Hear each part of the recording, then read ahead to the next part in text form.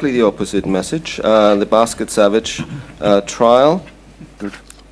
And we'll have Raban Jeger from Bern talking about drug-eluting versus bare metal stents in saphenous vein grafts. Ladies and gentlemen, my name is Raban Jeger. I'm not coming from Bern, but from Basel. This is a little bit further up north in Switzerland, but it's a small country, so probably doesn't matter that much. Today I want to present you the results of our prospective randomized Basket-Savage trial. As a background, saphenous vein grafts have a different pathophysiology than native coronary vessels.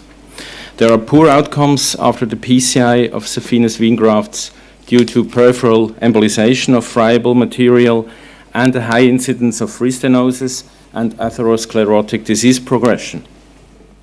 In the literature, there's proven efficacy and safety of drug-eluting stents in the PCI of these saphenous vein grafts up to 1 year, but afterwards, after 1 year, there is an increased mortality in the existing long-term data. You might appreciate on the bottom of the slide there are the two cartoons depicting the long-term results of the two long-term randomized trial in the field, the delayed risk and the SOS trial. On the left side, the delayed risk with the cipher stent, and on the right side, the SOS trial with the taxa stent, and both trials had an increased mortality risk beyond 1 year.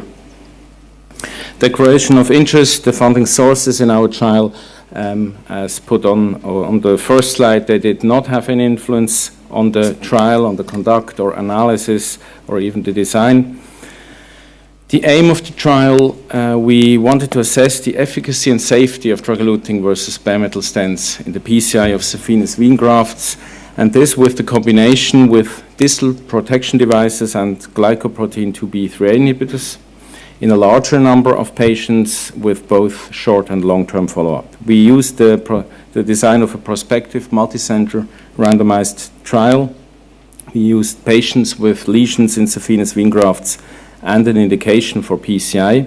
The randomization was 1-to-1 to drug-eluting stents versus bare metal stents. We used the Taxus Liberté and the comparator Liberté stent, and we strongly recommended the use of glycoprotein 2B3A inhibitors and distal protection devices such as filter wires. The sample size was 240, but we had to early terminate the study due to slow enrollment. The primary endpoint was MACE, defined as cardiac death, non-fatal MI, and target vessel revascularization at 12 months.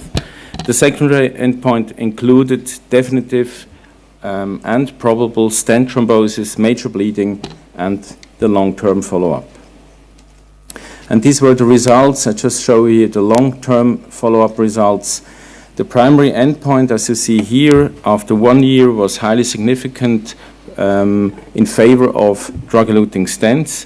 Drug-eluting stents had just a MACE rate of 2.3%, whereas bare metal stents had a MACE rate of almost 18%, and this difference persisted over the whole long-term follow-up.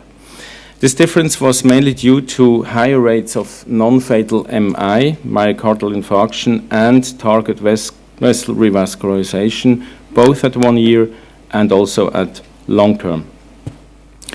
In contrast, major bleeding, stent thrombosis, and non-cardiac death rates were not different between the two groups.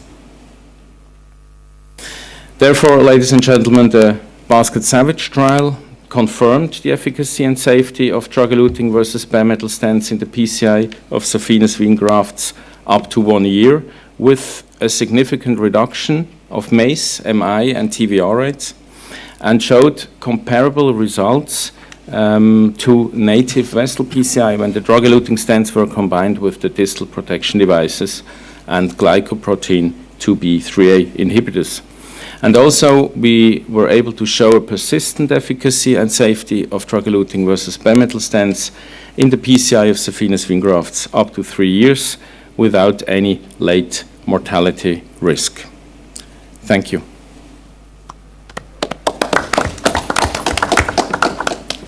So very clear results here. A very clear benefit of drug-eluting stents. Are there any questions for the presentation?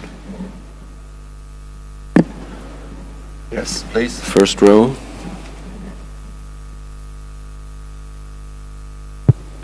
Mitchell Zola, Cardiology News. Given the tendency of saphenous vein grafts to stenose, I'm just surprised that you and your colleagues saw equipoise for this question in this setting. And I guess maybe to me it seemed like perhaps it was reflected in the slow enrollment that you refer to. So if you could just address why you thought there was a possibility for the two types of stents to be, why you thought it was appropriate to randomize patients. Mm-hmm. Well, as showed in the background slide, the fear we had is that in this special pathophysiology of saphenous vein grafts, where you don't have any irrigation of the vasa vasorum or anything else, that the endothelialization of the stents are not good, even or because drug-eluting stents have a special action here, and the data we had from the randomized trial showed that there is a safety issue in drug-eluting stents in this for the late outcome in the patients.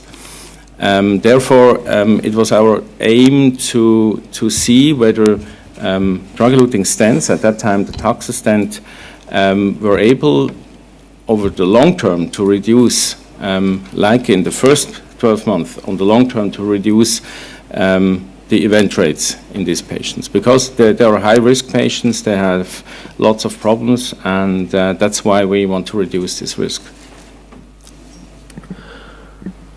You stopped enrollment in the trial early. Is there an indication that the number of interventions in vein grafts is going down?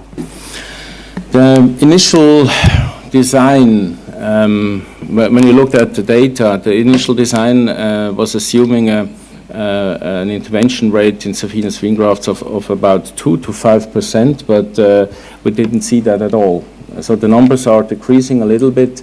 I don't think the numbers of grafts failing are decreasing, but we start to intervene on the native vessel because our material is getting better, and we don't intervene on the vein grafts. And so I think there's a little shift, but sometimes you need to intervene on the vein grafts, but I think this number of patients are going down a little bit.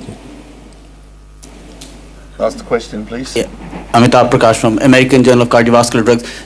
Can you just clarify how often saphenous vein grafts are used these days as compared with internal mammary grafts and arterial sort of connections? Well, you should ask a surgeon about this. I think in the whole period I'm working in the cardiovascular field, I have not seen the shift towards the arterial revascularization. There are still saphenous vein grafts used. Sometimes the surgeon, they try to use the lima, the rema, but sometimes it's not possible. I think it's still a good option for surgeons, and I think it's still a valid trial, therefore. Thank you very much. We'll move on to the next. I just commented that saphenous vein graft disease is a common problem in cardiology, and it's quite difficult to deal with. And I think it's an important trial you have made. The comment is that, of course, the stent that you have been using is not the newest one, but still with this stent, we saw an effect. Bono has a question, also a comment? No, just a comment.